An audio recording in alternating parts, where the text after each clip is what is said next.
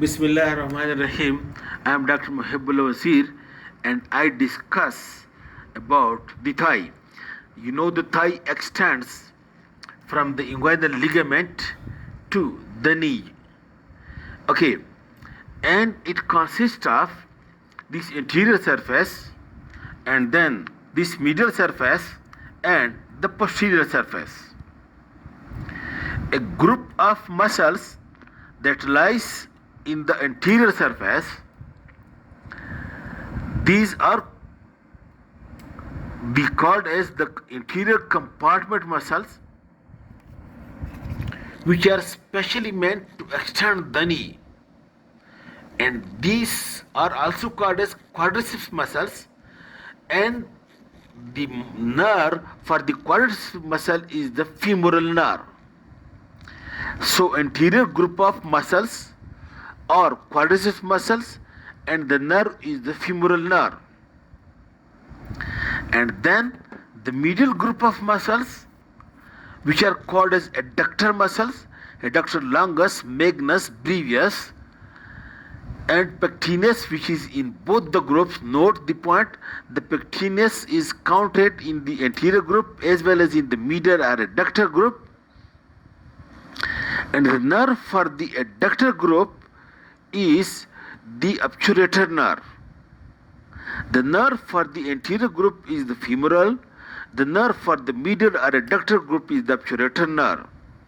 And then the posterior group of muscles of the thigh, these muscles, biceps femoris, semitendinosus and semimembranosus, which are flexors of the knee, also called as hamstring muscles, and the nerve for it is the sciatic nerve. So in this way, posterior group of hamstring and the sciatic nerve, and then look, the anterior group or quadriceps, the femoral nerve, and this medial group or adductors, the obturator nerve.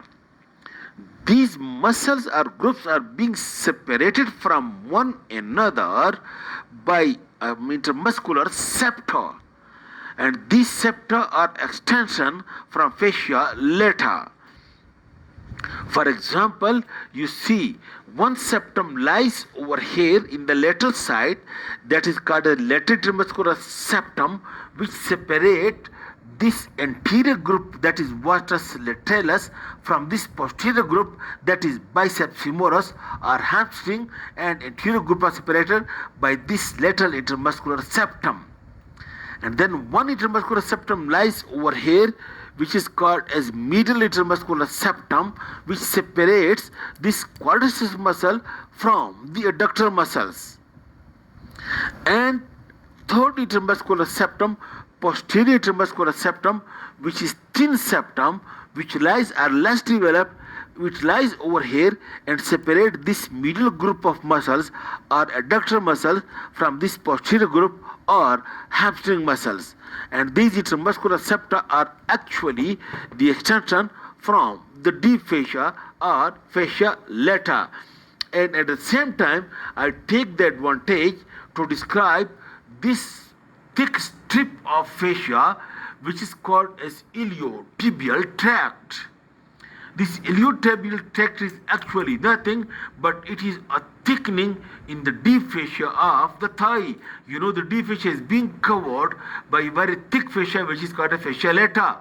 And in the lateral part over here, this fascia lata is more thickened, and this thickened band of fascia, it is called as iliotibial tract. And this iliotibial tract is attached superiorly.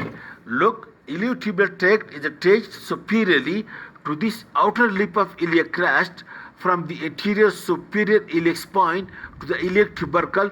This band or fascia is attached over here, and then passing inferiorly, you follow it, it is attached over here to the lateral condyle of the tibia.